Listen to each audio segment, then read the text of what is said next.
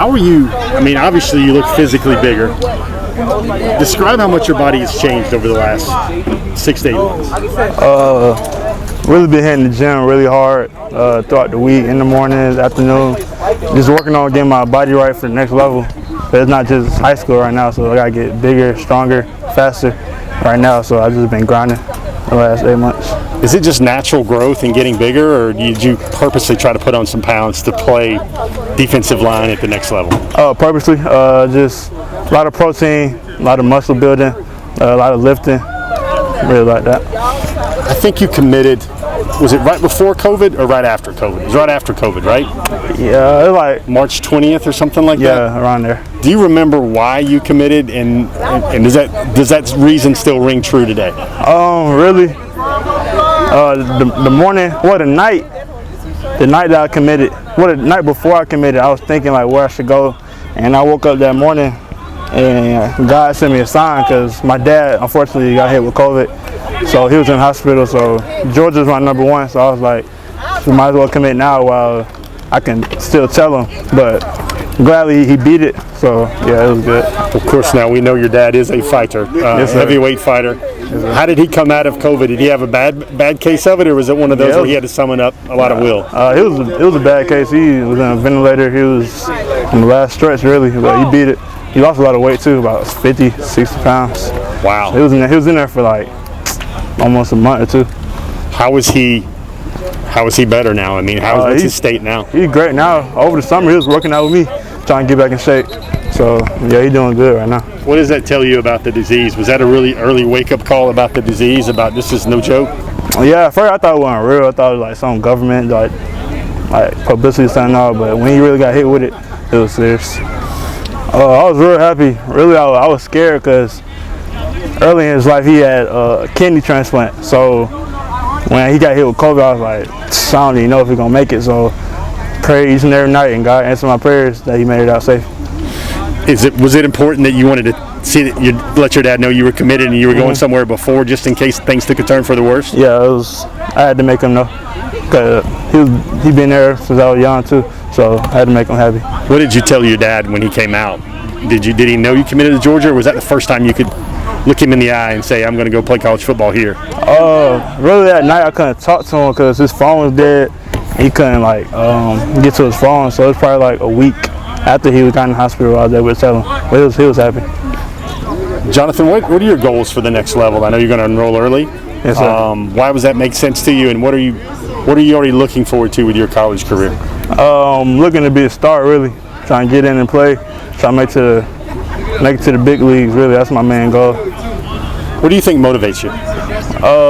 My mom, being a single mom, always pushing me every day to be great. I know if she can do what she needs to do, then I know I can do what I need to do to make it up.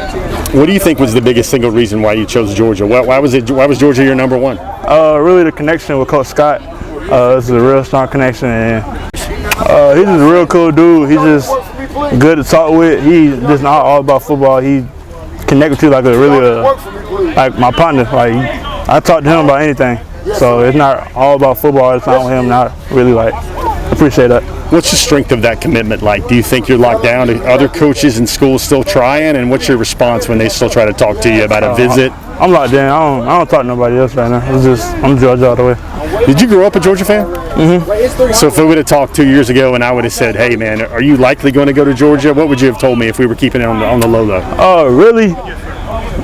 After freshman year I got the offer, I was like, yeah, I'm going to Georgia. But then I didn't really hear from them for like sophomore year, so I didn't really know about them. I was exploring other options, but then they came real hard.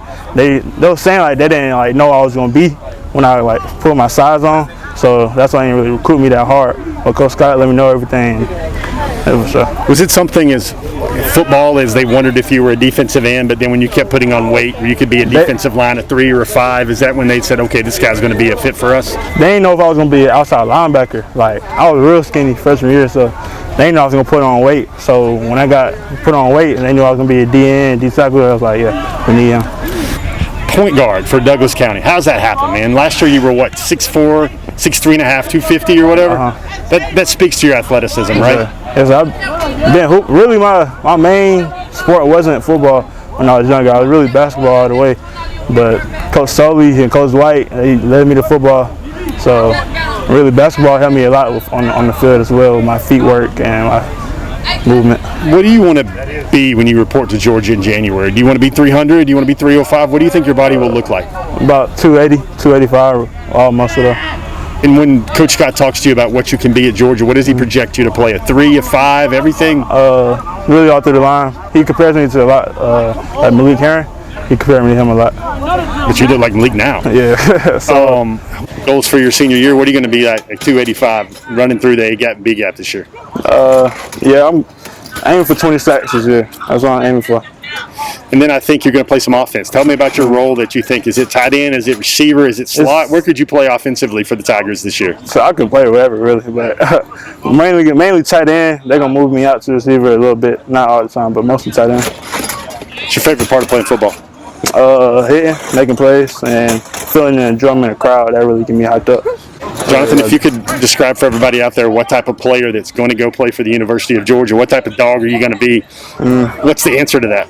I'm going to be a dog, like you said, high motor, high energy, making plays, just a lot of energy on the field. Jonathan Jefferson, hey man, just off the practice field, thanks for spending some time with us today. All right, no problem.